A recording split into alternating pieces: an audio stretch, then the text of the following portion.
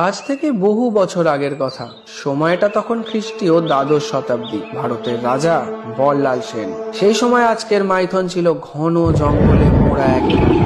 হঠাৎ সেখানে পা পড়লো কাপালিক দেবদাস চট্টোপাধ্যায়। তিনি বুঝতে পারলেন এই জায়গাটি মা কালীর সাধনা করার জন্য একদম সঠিক। তিনি মা কালীর সাধনা শুরু করলেন। তিনি মা কালীর দর্শন পান ও সাধনায় সিদ্ধি লাভ করেন।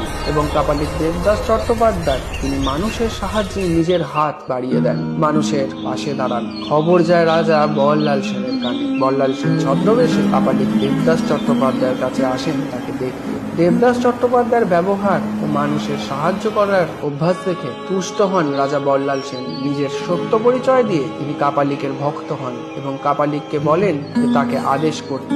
তখন কাপালিক তাকে নির্দেশ দেন অধুনা শ্রবণপুরে একটি মন্দির নির্মাণ করতে। এবং মন্দির নির্মাণ হলে সেখানে বাড়তে থাকে ভক্ত, বাড়তে থাকে জনবসতি এবং বাড়তে থাকে কোলাহল। একদিন দেবী কোলাহলে কষ্ট পেয়ে তার থেকে একটু দূরে একটি 1 ফুট গভীর গর্তে আশ্রয় নেন ও রাজা এবং কাপালিক দেবদাস চট্টোপাধ্যায়কে দেবী দর্শন দেন ও বলেন তিনি সেইখানেই থেকে মানুষের কল্যাণ করবেন। তাকে কল্যাণেশ্বরী নামে জায়গার নাম দিয়ে একটি মন্দির তৈরি করে দিতে। এবং তৈরি হয় কল্যাণেশ্বরী মন্দির এবং জায়গাটি হয় মায়ের থান।